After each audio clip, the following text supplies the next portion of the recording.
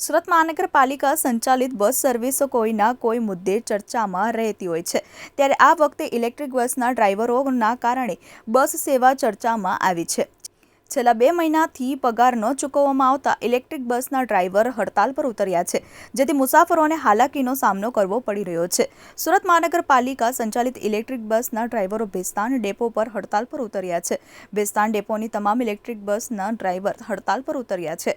છેલ્લા 2 મહિનાથી પગાર ચૂકવવામાં નથી આવ્યો, જેથી પગાર ચૂકવવામાં ન આવે ત્યાં સુધી હડતાલ પર યથાવત રહેવાના પણ પ્રણ સાથે ડ્રાઈવર કામકાજથી અડંગા રહ્યા છે, જેથી ઇલેક્ટ્રિક બસના પેંડા થંભી ગયા છે।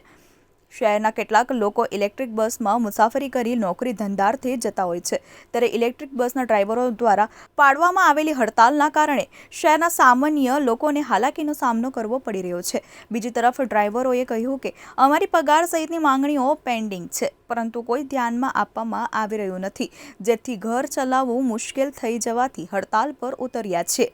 મારું નામ વાजिद हुसैन गुलाम हुसैन मणियार, मैं अमदावाद थी है साहेब। हमारी ये मांग है कि 2 महीना पहला भी हड़ताल थी थी, आज मुद्दो હતો અમારો પગારનો।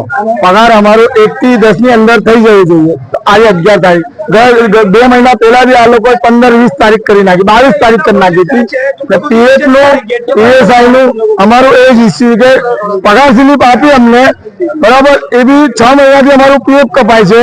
1 જ મહિનાનું પીએફ અત્યારે બતાવે છે જમા ખાતામાં, પીએફ માં છે જોયું તો અમે ચાલીએ છીએ રૂટ નંબર 11 ઉપર